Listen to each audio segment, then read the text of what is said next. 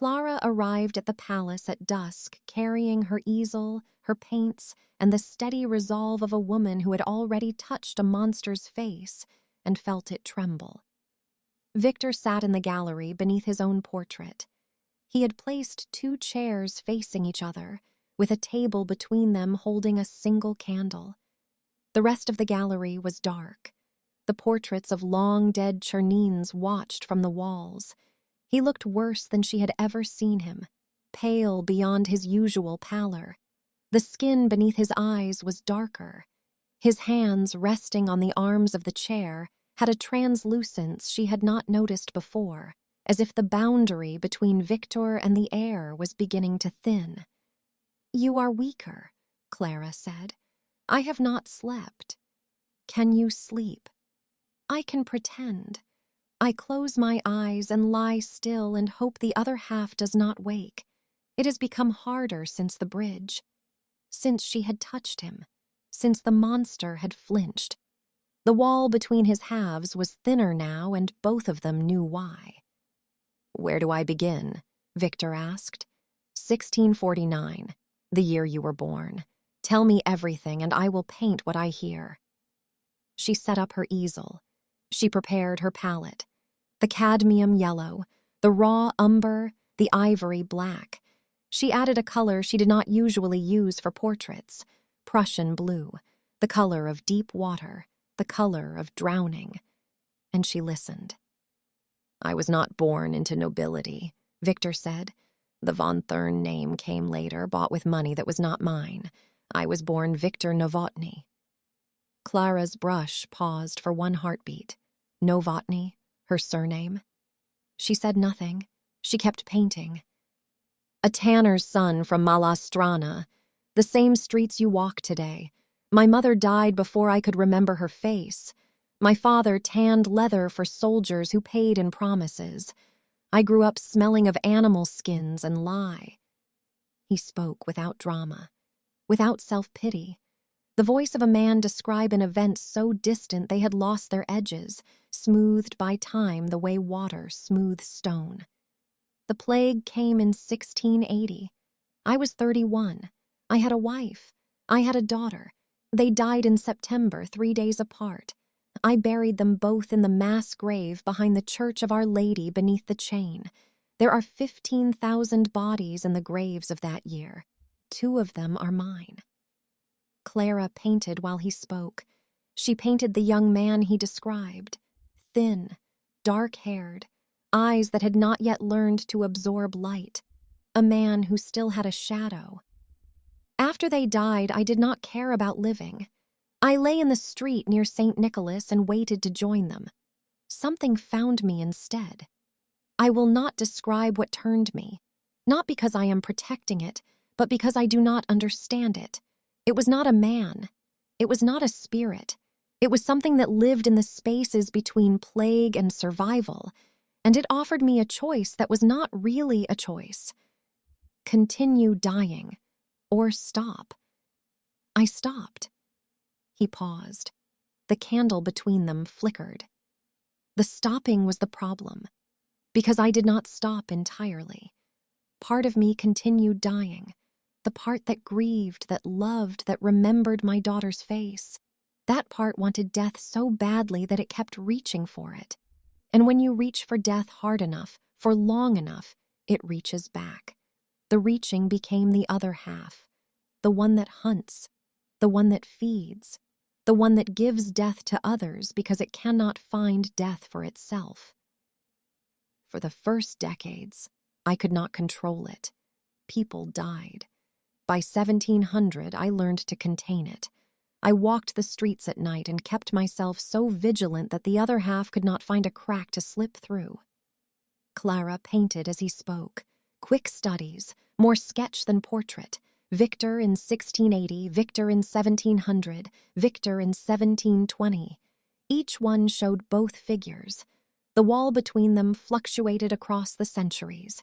With each painting, Klara felt a pressure, a current running from the canvas to the man in the chair. After the third painting, Viktor stopped mid-sentence.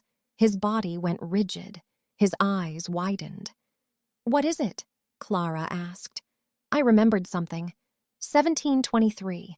A woman near the Strahov gate. I can see her face. His voice was shaking. I have never remembered any of them. As he spoke, something happened that Klara almost missed. His eyes flickered, absorbing light, then reflecting it, then absorbing again, just for a moment. His hands gripped the arms of the chair hard enough that the wood groaned. The flicker passed. He exhaled. But Klara had seen it. The wall between his halves, thinning in real time, not just in the stories he told, but in the body telling them. She kept painting. Harder now. Klara looked at the painting she had just completed. Viktor in the 1720s, walking near the Strahov gate. Behind him, the second figure, sharper than in the previous study. Her painting had pushed a memory through the wall. Your paintings do something, Viktor said. His eyes were wet. They are making me remember. I know, Klara said. That is why I am here. The confessions continued. With each painting, Viktor remembered more. Faces, names. Each recovered memory hit him like a physical blow. He gripped the arms of the chair. His eyes went distant, then returned, haunted by something new. During the confession of 1741, Viktor's voice broke. He was describing a boy near the river, 14 years old, a fisherman's son. Klara reached across the table and put her hand on his. Viktor flinched. Then he stopped. He looked at her hand on his, at the paint-stained fingers resting on pale, cold skin that had not felt warmth from another person in 18 years. He did not pull away. Then he continued, his voice steadier now, his hand still beneath hers. The Prussian bombardment of 1757 came and went in a single sentence. Viktor carrying children from collapsing buildings while his other half circled the fires. Then he reached the 1760s and stopped. The candle was almost out. The gallery was darker now. The painted faces on the walls had retreated into shadow. Continue, Klara said. You will not want to hear this. I have heard everything else. This is different. Why? Viktor looked at her, and Klara saw something in his face that was worse than guilt, worse than shame, worse than the memory of every nameless victim in a century and a half of killing. Fear of her. 1762, Viktor said. I was lonely in a way that frightened me. The guardian work had become mechanical, walk, watch, return, repeat, for 80 years. I spoke to servants, to shopkeepers, to no one who knew what I was. And the loneliness was feeding the other half. I could feel it growing stronger because I was growing weaker. Isolation was its oxygen. He drew a breath he did not need. I needed human contact, not feeding, not hunting, the sound of another person breathing in the same room. I found a clockmaker on Malá Strana, a young widower. His wife had died 2 years before, and he was raising a small daughter alone. He was kind in the way that kind people are kind, without noticing, without wanting credit. He talked about time the way I thought about Prague, with reverence. We became friends. I visited his workshop in the evenings. He showed me how clocks worked, the gears, the escapements, the balance wheels. He said a clock was the closest thing to a living creature that a human being could build because it had a heartbeat. I brought him wine. He told me about his daughter.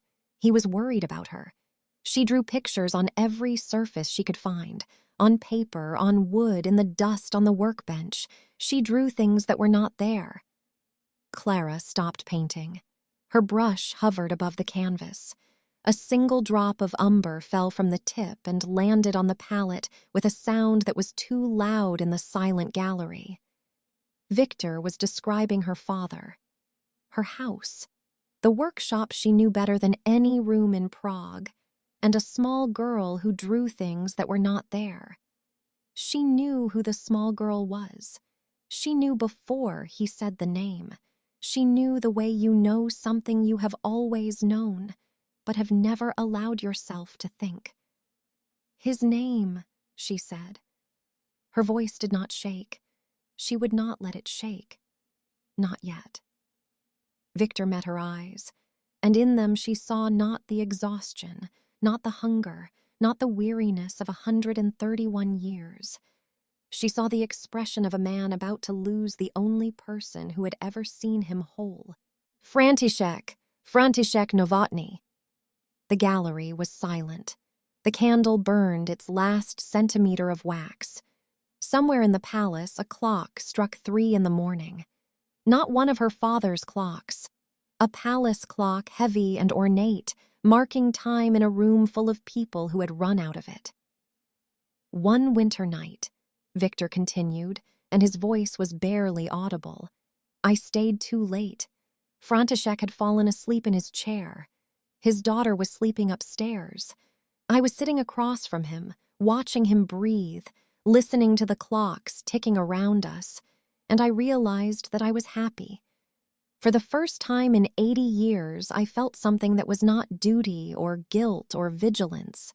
I felt the warmth of a room where someone trusted me enough to fall asleep in my presence." He stopped. His hand beneath hers on the table had gone rigid, and that was precisely the moment the other half found its door. Happiness, connection, trust. These are the things that make the wall thin, because the other half does not feed on evil. It feeds on the cracks that kindness opens. It lives in the space between wanting to be close to someone and being terrified of what closeness costs. I do not remember what happened next. I never do. I woke on Kampa Island at dawn. The taste was in my mouth. The knowledge was in my body. Something terrible had happened in the workshop where a kind man slept among his clocks. I went back. František was at his bench. He was pale. His hand shook. There was a bandage on his neck.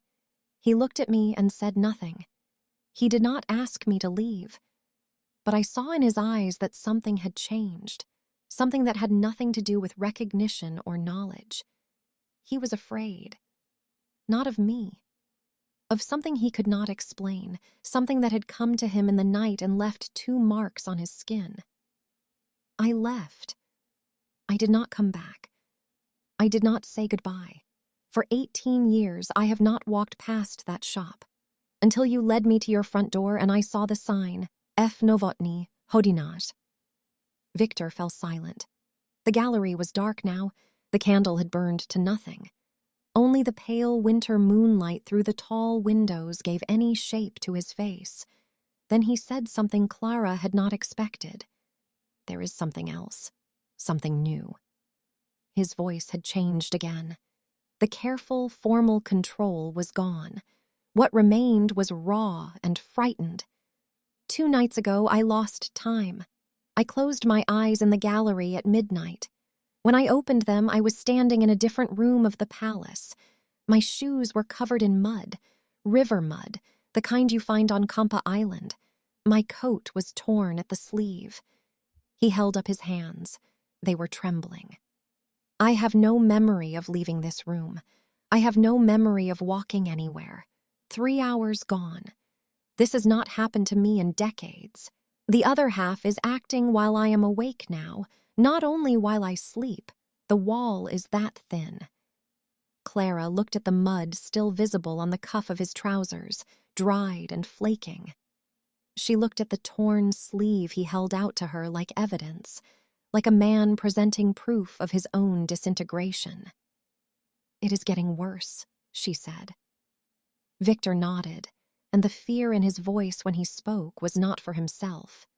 "The wall is almost gone." Klara stood. She did not throw the brush. She did not overturn the easel.